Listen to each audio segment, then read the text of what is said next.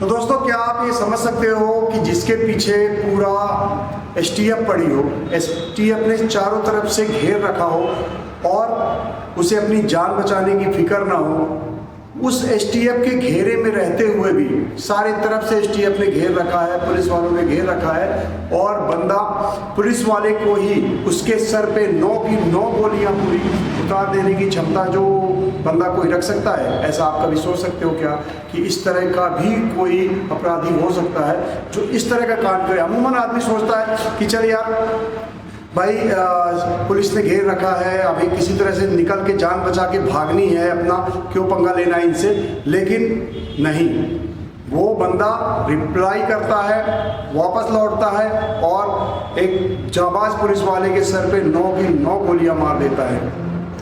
इस तरह का बंदा भी आपने उत्तर प्रदेश में अपराध की लिस्ट में देखा हुआ है।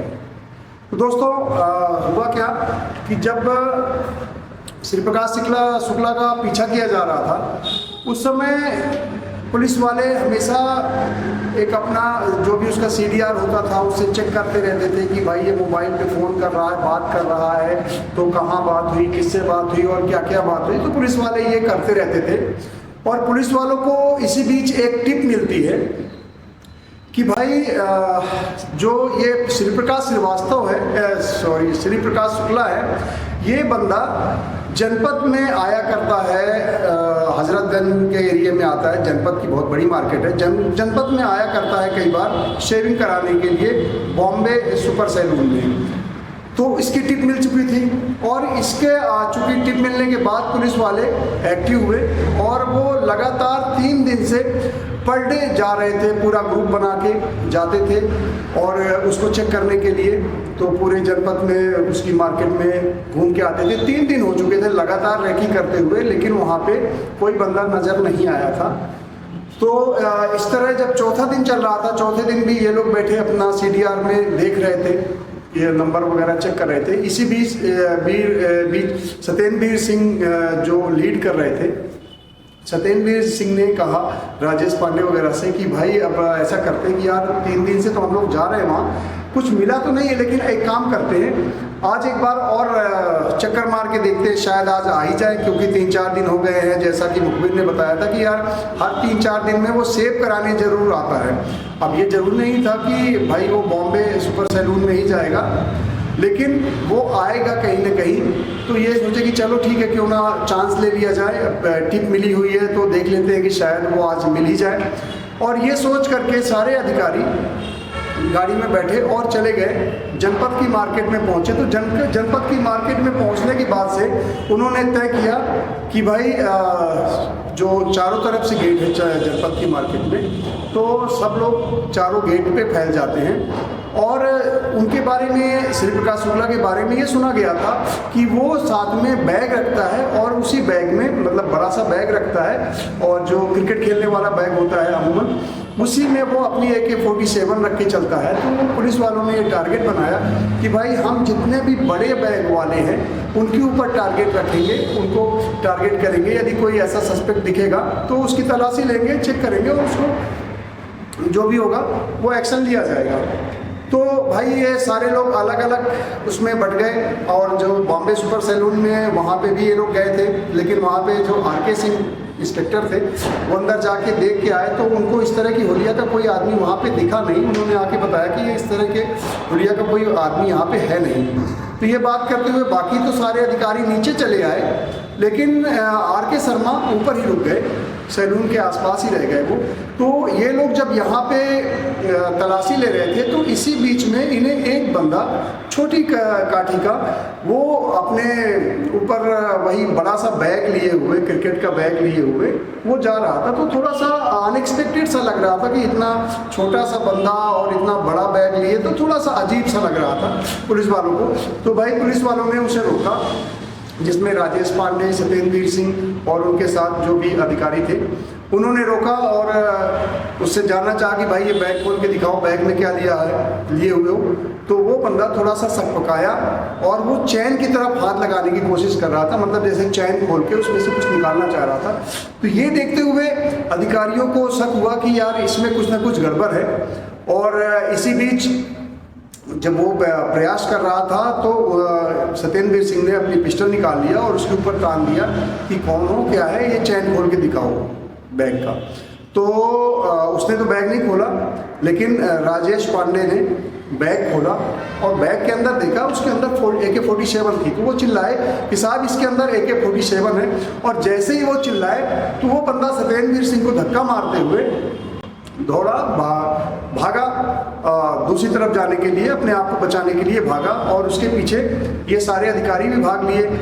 लेकिन जैसे ही वो अंदर गया तो वहाँ पे जाने के बाद एक इंस्पेक्टर ने निकाला पिस्टल और उसको अपने कब्जे में करना चाह रहा था, लेकिन वो बंदा उस इंस्पेक्टर से भिड़ गया और उससे इंस्पेक्टर से गन छीनने की कोशिश, जो कि पिस्टल वो लोग लिए हुए थे, शादी वर्दी में थे सारे पुलिस वाले, तो उनसे पिस्टल छीनने की कोशिश करने लगा। ये देख के तो सारे लोग हक्के बक्के रह गए कि यार ये मतलब सब लोग घेर के खड़े हुए, इतने पुलिस अधिकारी, और बंदा इस तरह दबंगई से मतलब पिस्टल छीनने की कोशिश कर रहा है। इसी बीच में उनकी हाथापाई हुई और वो नहीं माना तो लास्ट में उसे गोली मारना पड़ा।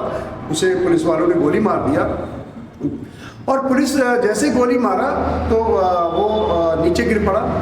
उसके बाद 1-2 मिनट में ही आवाज़ आई कि ये साहब उधर भी कोई एक अपराधी को गोली मारी गई है, एक कत्ल ऊपर भी हुआ है। और ये सुनते ही सब लोग भागे उस बंदे की तरफ। तो इन लोगों को लगा कि हो ना हो वो श्री प्रकाश शुक्ला होगा और हो सकता है कि आर के सिंह साहब से मुठभेड़ हो गई हो और आर के सिंह साहब ने श्री प्रकाश शुक्ला को मार दिया हो। ये सोच के ये लोग उधर आगे की ओर बढ़े और जैसे ही वहाँ पे जाके देखे तो वो बंदा औंधे मुंह गिरा हुआ था नीचे। और उसको देखते ही तो पुलिस वालों की आंखें खुली की खुली रह गई। क्या देखा? वो आर के सिंह थे जिनको गोली लगी हुई थी और वो बुरी तरह से तड़प रहे थे। ये समझ में आ रहा था कि ये कांड जो हुआ है अभी 2-4-5 मिनट पहले ही हुआ है और बंदा वहाँ से तो भाग चुका था, लेकिन वो वहाँ पे बहुत जख्मी थे क्योंकि उन्हें काफ़ी गोली लगी थी, उनके सर पे गोली मारी गई थी और बिल्कुल सटा के पिस्टल गोली मारी गई थी। तो उसके बाद मारने के बाद तो एक्चुअली हुआ क्या था कि जब ये लोग इधर बैठे थे, उधर उधर से आर के सिंह साहब ने देखा, उनके पास चूँकि फ़ोटो थी और वो बंदे को श्री प्रकाश शुक्ला को टारगेट कर रहे थे। तो श्री प्रकाश शुक्ला, आनंद पांडे और सुधीर त्रिपाठी, ये तीनों साथ में थे और तीनों को वो पहचान गए कहीं ना कहीं और पहचान के उनके पिस्टल लेके उनके पीछे दौड़े, श्री प्रकाश शुक्ला के पीछे। लेकिन चूंकि वहाँ पे तार बंधी हुई थी जो पार्किंग वाले बांध देते ना, कोई गाड़ी में निकल नहीं पा रहे, तो वहाँ पे वो तार में उलझ के गिर गए और जैसे ही वो गिरे तो उनकी पिस्टल छूट के थोड़ा दूर जा गिरी और वो वहीं पे गिरे रह गए। उठने की कोशिश कर रहे थे, इतने में श्री प्रकाश शुक्ला ने देखा कि भाई इन तीनों ने देख लिया एक्चुअली कि वो गिर गया है, तो वो लोग तीनों वापस लौटे। अब सोचिए, उन्हें पता था कि पुलिस वाले हैं, यहाँ पे काफ़ी पुलिस वाले हैं और हम इनको ढूंढ रहे हैं, लेकिन फिर भी वो बंदा लौट के आया। 2 बंदों ने हाथ पकड़ा और श्री प्रकाश शुक्ला ने पिस्टल निकाली, उसी की पिस्टल छीन लिया, आर के सिंह की पिस्टल छीनी और उसमें से 9 की 9 गोलियाँ उसके आर के सिंह के सर पे मार दिया, 9 की 9 गोलियाँ एक्चुअली। तो दोस्तों ये बताई जाती है कि एक्चुअली आर के सिंह की आदत थी, वो हमेशा अपनी पिस्टल में जो मैगज़ीन होती है, मैगज़ीन में वो 9 गोली ही भरते। वैसे उसमें 10 गोलियाँ आती है, वो हमेशा 9 की 9 गोलियाँ ही भरा करते थे, गोली नहीं भरते थे, मतलब 9 ही रखते थे 10 की जगह। तो चूँकि वो 9 ही रखते थे तो 9 मारा, मतलब पूरी की पूरी मैगज़ीन उन्हीं के ऊपर वो खाली कर दिया था।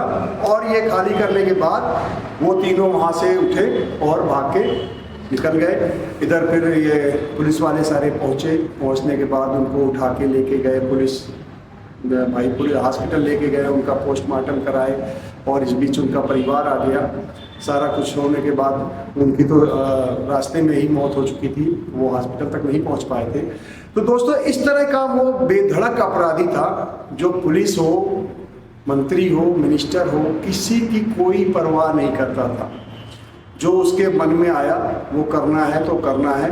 तो इस तरह का दुर्दांत कह सकते हो आप, वो बेखौफ अपराधी था श्री प्रकाश शुक्ला। तो आज की स्टोरी में सिर्फ इतना कि एक जाबाज अधिकारी शहीद हो गए, दुखद है ये, लेकिन इस तरह के का अपराधी।